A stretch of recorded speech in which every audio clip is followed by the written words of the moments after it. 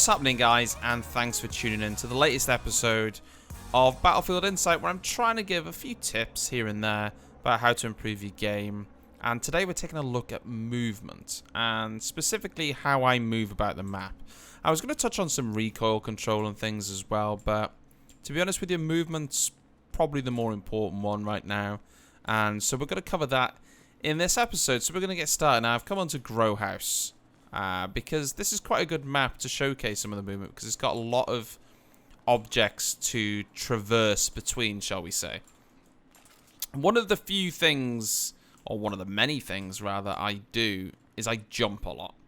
Now, this is a good thing and it's a bad thing. It's a good thing because you avoid some bullets, but if you jump at the wrong times, it can be a bad thing because you can be sort of in mid-jump when you see another enemy.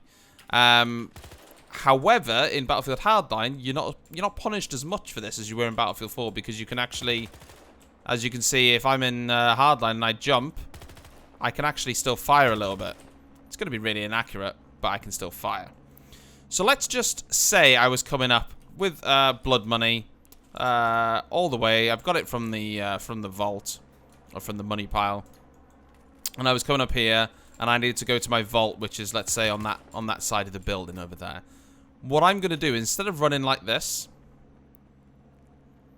so I'd be running like this, and I'd go all the way to my pile. It's not how I'm going to do it. What I'm going to do is I'm going to use every single object I can to block the sight of a potential enemy. So I'm going to come up here. I'm going to jump probably to here. Then ideally, I want to go over there. That's my plan. I'm going to go over here, and I'm going to jump. Right, so now I've kind of blocked off a little bit of what people can see me. I've cut off quite a few angles here. Then my next place, I'm probably going to go over there. So I'm going to get to here. I'm probably going to jump. I'm probably going to crouch as well. I do a lot of that. I'll try and break up the angles, you see, because sometimes when you crouch, enemies aren't expecting it. So I'll crouch out of cover quite often, actually, just to keep people on guard. So now we'll do to the skip. We'll jump to the skip. We'll jump to the box. We'll jump to the car. You can see where this is going. Okay? I'll get my pistol out. And, you know, when I think it's safe, I'll run and then get my gun back out again. Because, as you probably know, and I've mentioned this in a couple of my other videos as well, moving with your pistol is a lot better in Battlefield Hardline in certain circumstances, because you move a lot faster. So in Blood Money, for argument's sake, you know, if I need to get across this little gap here and I want to be a little bit faster, then maybe you want to be using your pistol just to get in here, then get your gun back out. It's still going to be dangerous. You might encounter an enemy, but that's the risk you take. Now, one of the things we touched on earlier was being able to shoot while you're jumping, and this is quite important in Battlefield Hardline because you can use it in quite an aggressive way as you're attacking, but you can also use it defending as well. Let's say, for argument's sake, there's an enemy spotted. He's over there somewhere, let's say. He's either spotted or I've seen him, and I'm running to this van. I might want to jump out, or what I will do is jump out, and I tend to like jump and ADS at the same time. So what I mean by this is I might be running across, and I'll pre-fire the angle, okay? So obviously that's a fucking forklift, so he's not there, but he's going to be over here somewhere, or he might be over here somewhere. I tend to sort of ADS as I'm jumping. So I'm landing and ADSing at the same time. He's going to know you're there, but he might not expect you to be crouched for a start. The important thing is that you're keeping things different. I might want to fire at a guy here, but then I might crouch as I peek out. Now, I crouch a significant amount in this game. And also, it can help you in battles as well. So, for instance, if a guy's shooting at me here and I want to take him out, I might be hip firing him, but I might be crouching while I do it. Because what that's doing is it's messing up your hitboxes a little bit. It's making you harder to hit. And that's what you want. It can work in the opposite way as well, because you're moving constantly. You can get a lucky headshot, but that's just the way it is. You've got to take that chance. But you can also use it to get yourself out of trouble as well. I mean, you've got to remember that when you can fire as you're jumping, if somebody's over here and I'm running across here, for argument's sake, I can still fire as I'm jumping. I can fire as I'm retreating. You know, I can jump out the way backwards. I can still fire at people.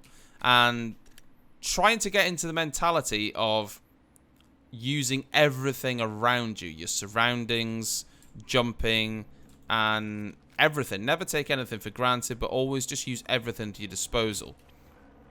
But movement is a big thing.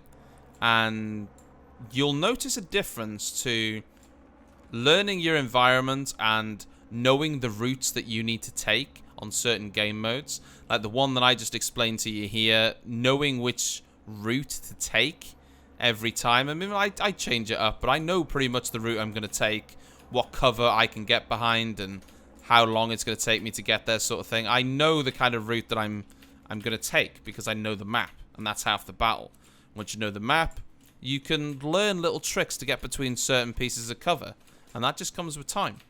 But movement is a very, very big issue in most FPS games. In fact, you know, any of these FPS games, Battlefield, Counter-Strike, they're all related to movement, and movement's a big part of, you know, becoming a little bit more, I suppose, better at the game. You know, the movement can make a big difference. The gunplay, you can, you know, you can get better just as you play. If you improve your movement, then it can make a big difference. So hopefully this video was useful.